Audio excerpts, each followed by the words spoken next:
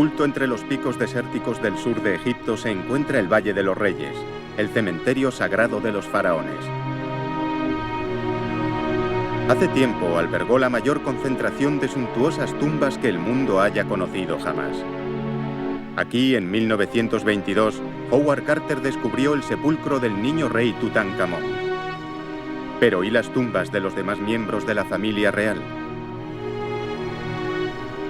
La reina Nefertiti, casi tan representada como Tutankamón, fue además su madrastra y una de las mujeres más hermosas y poderosas del mundo antiguo.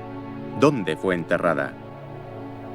Las pistas de este secreto se encuentran entre el abundante tesoro áureo de Tutankamón y podría conducir a los arqueólogos a uno de los mayores descubrimientos del siglo. Nefertiti, la misteriosa reina de Egipto.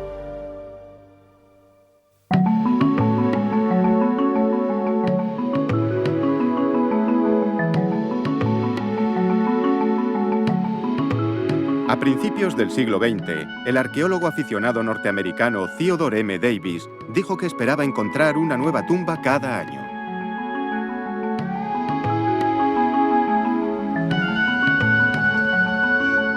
Y entonces, en 1922, se produjo el boom mundial del interés por el antiguo Egipto, con el descubrimiento de la tumba prácticamente intacta de Tutankamón. Desde entonces no se ha encontrado nada tan espectacular, pero se cree que hay más. Sigo repitiendo que nunca se sabrá lo que la arena de Egipto oculta debajo. Y por eso pienso que hasta el día de hoy hemos descubierto solo un 30% de nuestros monumentos. Aún hay un 70% de monumentos bajo tierra.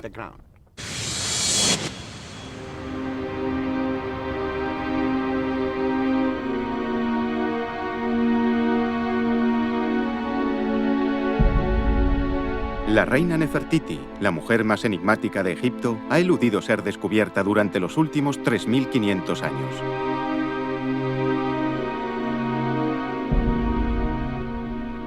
Su paradero es un misterio que siempre ha intrigado a uno de los egiptólogos británicos más importantes.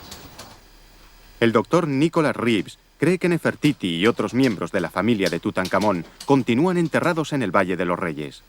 Esta conclusión es la culminación de la obsesión de toda una vida por desvelar el pasado.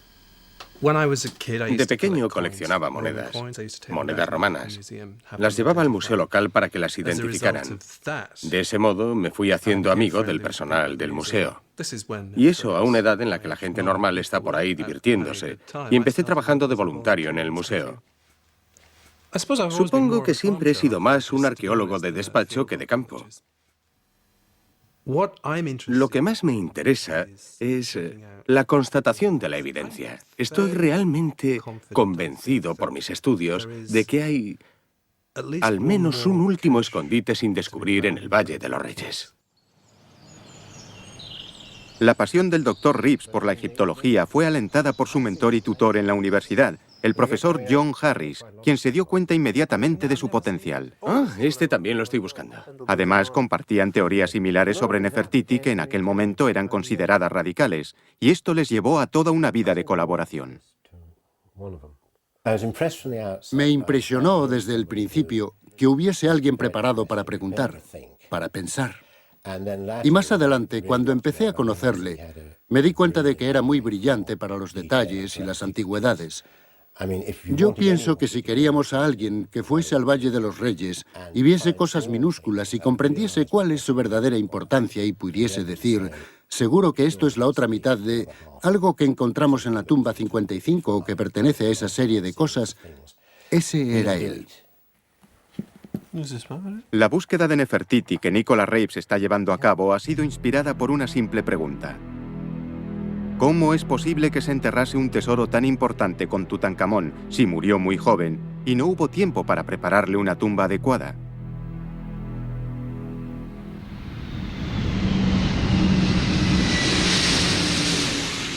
Es una historia de detectives que ha llevado al Dr. Reeves a recorrer el mundo para intentar compartir esta emocionante teoría y ganar adeptos. Esta noche tenemos el enorme placer de recibir al Dr. Nicholas Reeves. Ha sido conservador de antigüedades egipcias en el Museo Británico y actualmente es conservador invitado en la Universidad de Eton. Señores, sin más preámbulos, le cedo la palabra al Dr. Reeves. Nicholas Reeves espera poder realizar en el Valle de los Reyes la mayor excavación desde 1922. Una labor que podría deparar resultados tan emocionantes como el descubrimiento del propio Rey Niño. En la noche del 26 de noviembre del año 22, Howard Carter y su mecenas, el quinto conde de Carnarvon, introdujeron cautelosamente una vela encendida por un agujero que habían hecho en la tumba que aún permanecía sellada. Al principio no veía nada, escribiría Carter posteriormente. El aire caliente que salía de la cámara hacía parpadear la llama. Pero a medida que mis ojos se acostumbraban a la luz, de entre la niebla fueron emergiendo lentamente los detalles de la sala. Animales extraños, estatuas y oro por todas partes, el destello del oro. Cuando Lord Carnarvon, incapaz de mantener el suspense por más tiempo, me preguntó ansioso, ¿puede ver algo? Las únicas palabras que pude pronunciar fueron, sí, cosas maravillosas.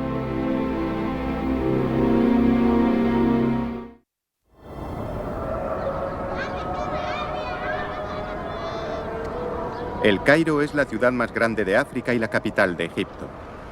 Es una de las superciudades del tercer mundo, y aunque en el mundo antiguo no existía, las bulliciosas calles y los bazares están repletos de recuerdos de una poderosa civilización. Entre las cuentas y los dijes se alzan dominantes las imágenes del niño rey Tutankamón, de Nefertiti y de su esposo, el padre de Tutankamón, el faraón Akenatón. Sus rostros son en la actualidad un símbolo del mundo del antiguo Egipto. Pero la historia que ocultan está envuelta en misterio, intriga política y agitación religiosa sin par.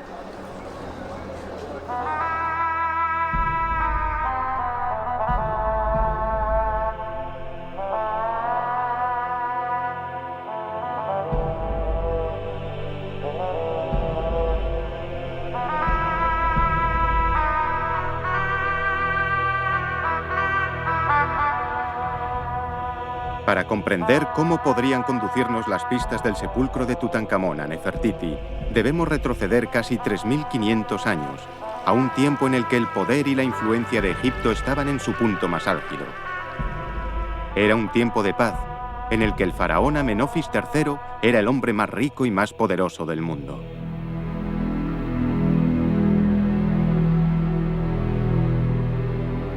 Los egipcios creían en el culto a muchos dioses. El rey de esos dioses era Amón.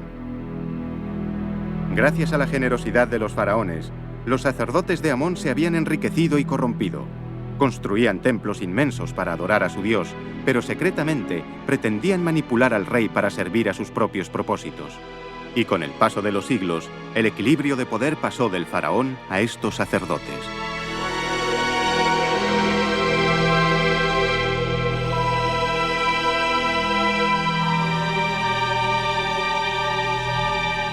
Aunque mantenía el culto a Amón, Amenofis III se identificaba con el disco solar o Atón, una manifestación del dios Sol, y se propuso restablecer el poder faraónico tal como era en la edad de las pirámides.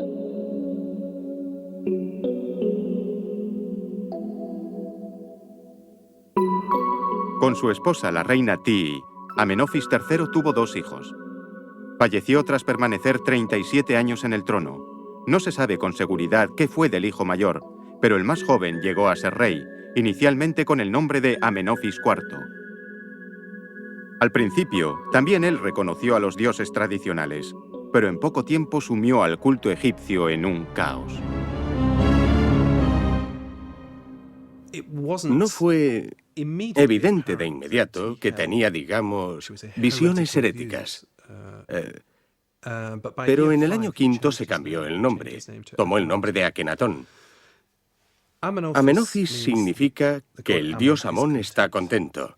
Akenatón significa aquel que es beneficioso para el dios Atón. Algo estaba pasando. Al incluir la palabra Atón en su nombre, el faraón señalaba su total lealtad al dios Sol, revolucionando toda la estructura del culto. Akenatón renunció a los demás dioses en un acto que debió de tener un impacto devastador sobre los sacerdotes y sus seguidores, y con el que se ganó el título de rey hereje. Cuando Akenatón condujo a todo el país a una nueva religión, yo supongo que los ojos del 1,5 millones de pobladores de Egipto, del pueblo de Egipto de aquella época, se abrieron. Akenatón está loco. La búsqueda de Nefertiti nos lleva 450 kilómetros al sur de El Cairo, a El Amarna, en el centro de Egipto. Las fértiles orillas del río Nilo se cultivan prácticamente del mismo modo que hace 3.500 años.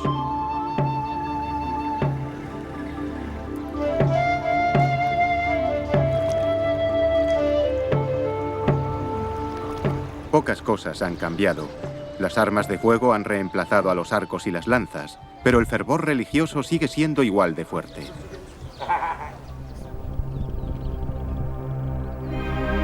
Tierra adentro desde el Nilo, en una zona nunca antes ocupada, Akenatón llevó a cabo su acto más extravagante y aparentemente ilógico.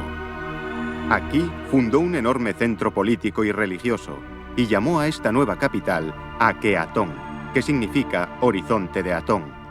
Hoy es conocida como Amarna.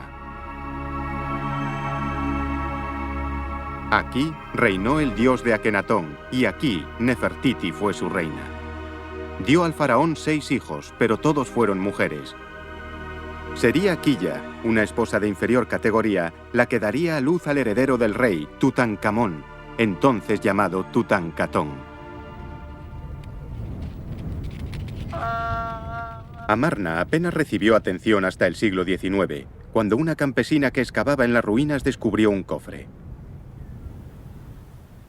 El cofre contenía unas 300 tablillas de arcilla en las que estaba escrito un archivo diplomático único, del siglo XIV a.C. Era la correspondencia de los gobernantes y figuras principales del mundo antiguo. Un testimonio que mostraba los entresijos de reyes y gobiernos. Un rayo de luz arrojado sobre los personajes del período y sobre un imperio que estaba destinado a desmoronarse en breve.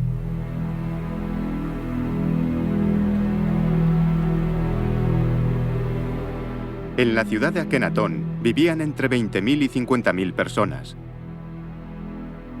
Además de las casas de la plebe, había preciosos palacios para el rey y la reina y casas de campo para los ricos. Pero la obra más impresionante eran los templos. A diferencia de las estructuras lóbregas y tenebrosas en las que se rendía culto a los viejos dioses, estas estaban abiertas al sol y específicamente diseñadas para adorar a un dios, Atón o disco solar.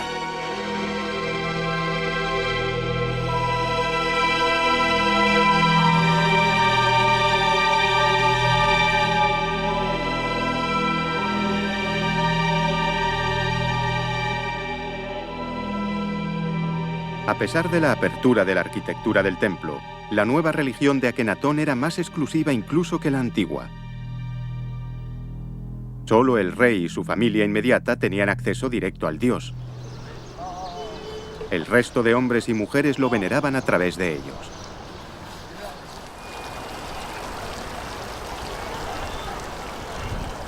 En el Museo de El Cairo, Nicholas Reeves ha encontrado pruebas que sugieren que el pueblo estaba sometido a una opresión religiosa.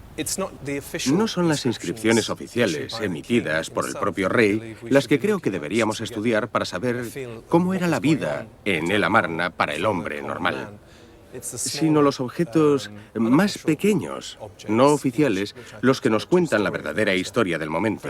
Por ejemplo, si observamos este escarabajo conmemorativo del rey Amenhotep III, que fue encontrado en Amarna, vemos que el nombre de Amón ha sido suprimido de una forma que supongo es una especie de miedosa autocensura, porque obviamente no era inteligente estar en posesión de objetos con el nombre del odiado dios Amón. Esto, desde luego, no lo hicieron los agentes oficiales de Akenatón, porque aunque oficialmente emitida, esta pieza era, creo yo, de propiedad privada. Esto nos muestra cuál era el clima en El Amarna, y para mí era un clima de miedo.